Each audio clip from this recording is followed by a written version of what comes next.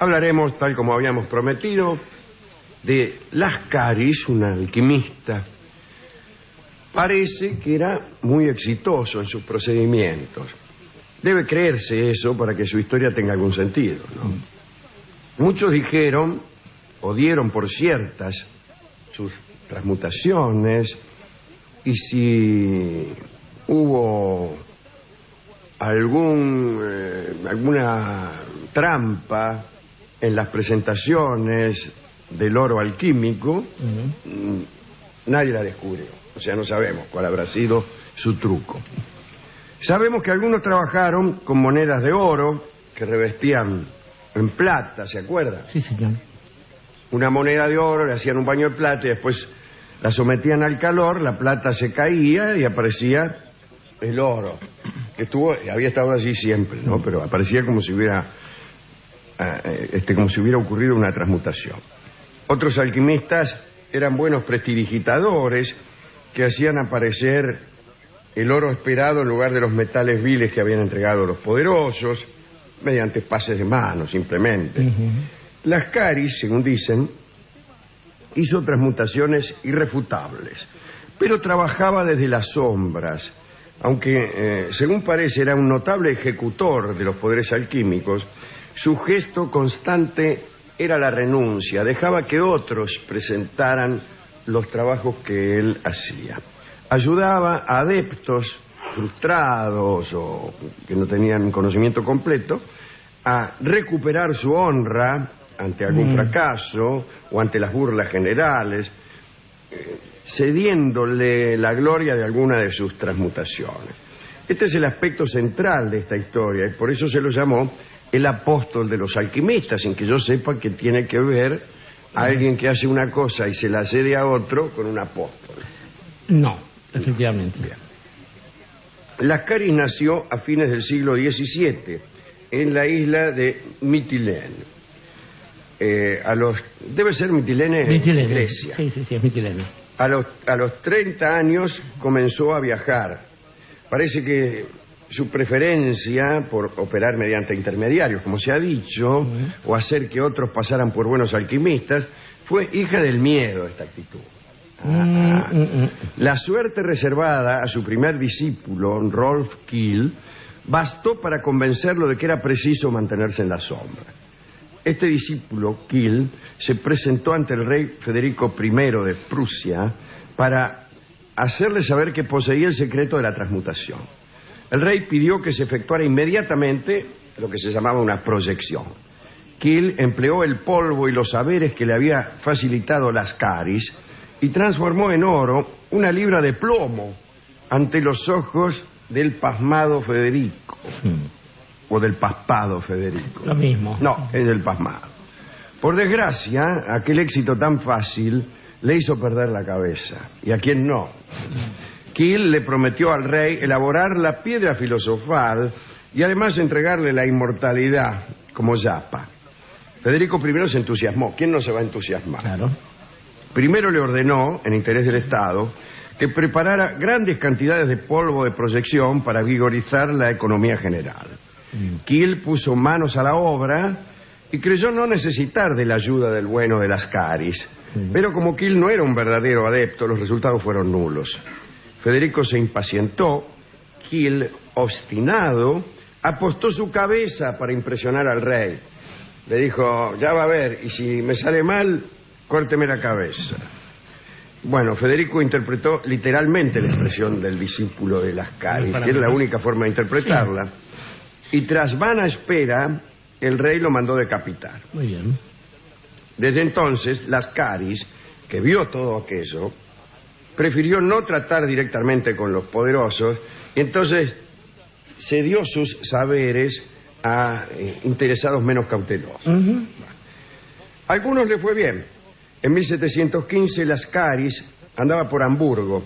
Se hizo amigo del barón von Croix, un hombre que había consagrado 30 años de su vida a la búsqueda de la piedra filosofal sin conseguir nada, salvo las burlas de la gente que le gritaba.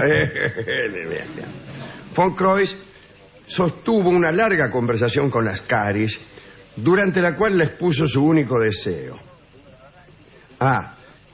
Que se le permitiera efectuar una sola transmutación ante sus conocidos para dejarlos pasmados. Pasmados. Lascaris lo ayudó. Antes de la presentación de este hombre, de von Crois, le entregó un estuche que contenía un poco de polvo rojo y unas notas donde se explicaba que aquello era polvo de proyección y naturalmente unas indicaciones para su uso. Von Crois reunió a todos sus familiares y amigos y se aprestó a efectuar la transmutación. Jamás había esperado tener tal éxito como tuvo. Todos los espectadores quedaron impresionados al ver cómo un broche de plata quedó convertido en sus 3/4 partes en oro. Agrandado entonces, von Crois dijo que por ser la primera vez le había quedado una porción plateada. Otro encuentro de Lascaris fue con el coronel Schmolz von Dierbach, Dierbach es el apellido, Schmolz von Dierbach, que estaba por entonces al servicio del rey de Polonia. El papá de von Dierbach había intentado ser alquimista, pero terminó arruinado. Un día en una taberna, el coronel, o sea, el hijo, explicó las tareas de su padre a unos cuantos oficiales y quiso reivindicarlo. Pero los oficiales polacos lo ridiculizaron y lo trataron de loco.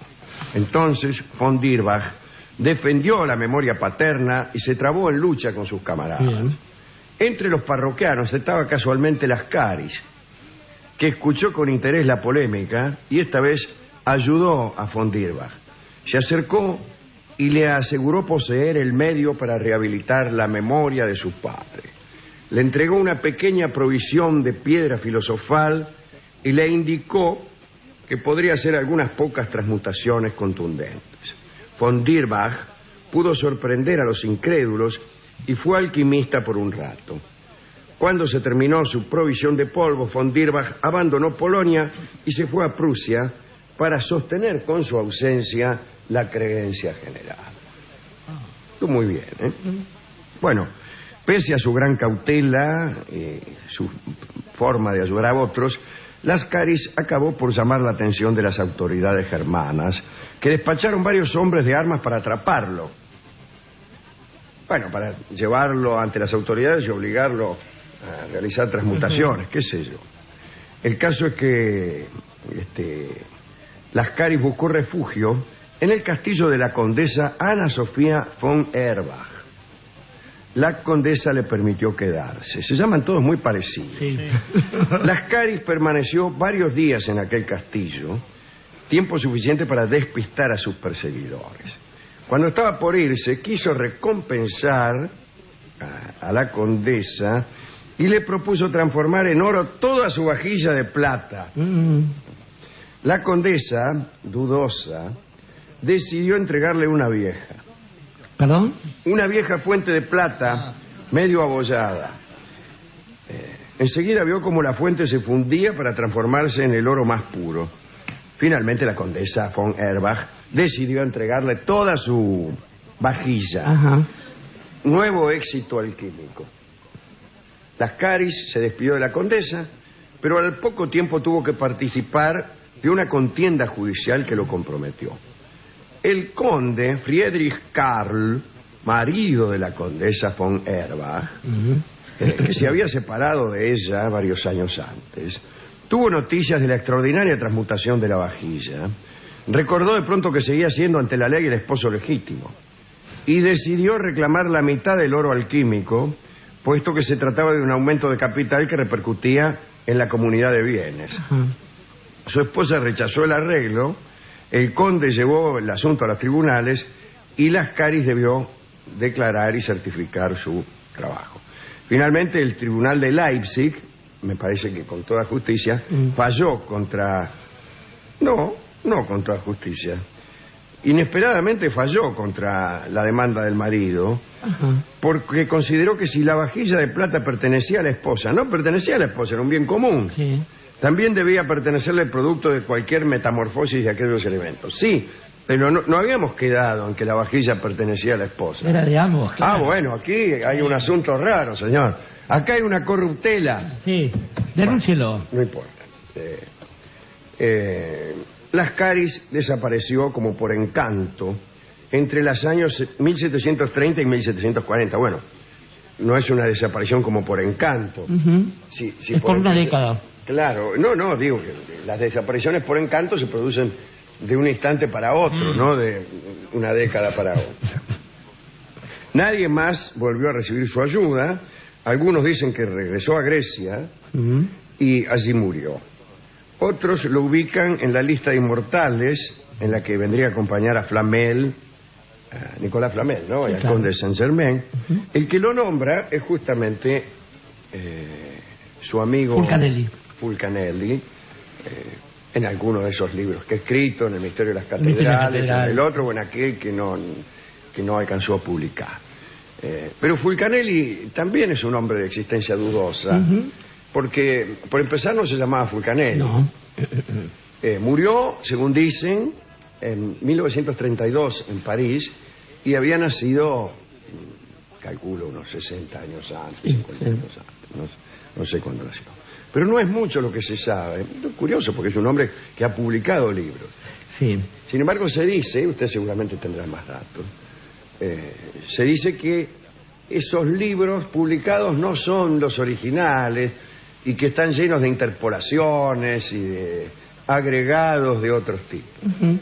Y otros dicen que Fulcanelli en realidad vivió mucho antes. Vivió un par de siglos antes. Sí, y hasta llegan a decir, algunos, que Fulcanelli no era otro que nuestro querido amigo Enrique de Navarra. Enrique IV, sí. Cosas que se dicen.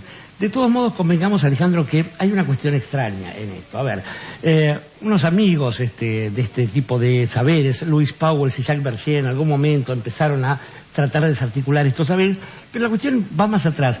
A Lascaris se lo llamaba el apóstol de los alquimistas, nos ha contado usted. Curioso, porque un apóstol es alguien que transmite un cierto saber sobre algo que ninguna de la gente a la cual se lo transmite ha visto. Digamos que un apóstol es alguien que se hace confiable solo en base a su palabra. Ahora bien, si vamos por otro lado, encontramos también que Fulcanelli hablaba del misterio de las catedrales y decía que en las paredes de Notre Dame, por ejemplo, de muchas de las grandes iglesias europeas, estaba el secreto de cosas como la piedra filosofal, la transmutación de cualquier metal en oro, la vida eterna, la fuente de la juventud. Digo, cosas bastante semejantes a las que se prometen adentro de las catedrales. Claro. En todo caso, bienes de los cuales casi nadie puede dar cuenta, a menos que no sea a través del misterio de la fe. Esto equipara a un alquimista con cualquier apóstol, e incluso con aquellos que ni siquiera son apóstoles, sino que repiten lo que los apóstoles dicen.